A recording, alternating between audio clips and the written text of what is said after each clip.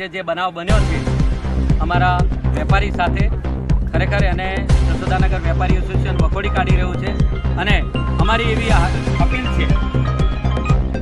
કે જ્યાં સુધી અમારી આ બેન દીકરીને ન્યાય ના મળે ત્યાં સુધી અમારું જે આંદોલન છે આજથી ચાલુ કર્યું છે એ આંદોલન અમે પૂરું કરીશું અને જ્યાં સુધી અવિરત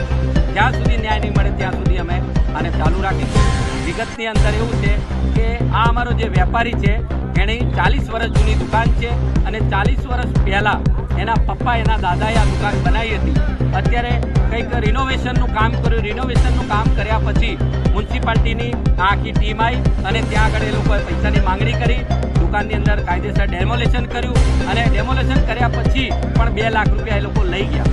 લીધા પછી અત્યારે ફરીથી ત્રીજી વાર આવી રીતે એ લોકો દર વખતે એમને આદત પડી ગઈ છે। મ્યુનિસિપાલિટીના અધિકારીઓ એ લોકો બસ ફક્ત ને ફક્ત માંગણી કરે છે પૈસાની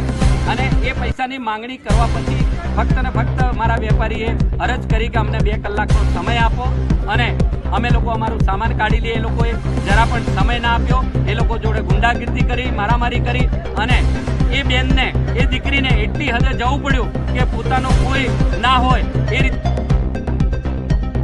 દિવાસળી ચાપીને પોતાની જાતને ગુમાવવા માટેનો પ્રયાસ કરો। ખરેખર એકવાર ફરીથી હું વેપારી એસોસિએશન તરફથી, જશોદાનગરના બધા નાગરિકો તરફથી આ અધિકારીઓને ખરેખર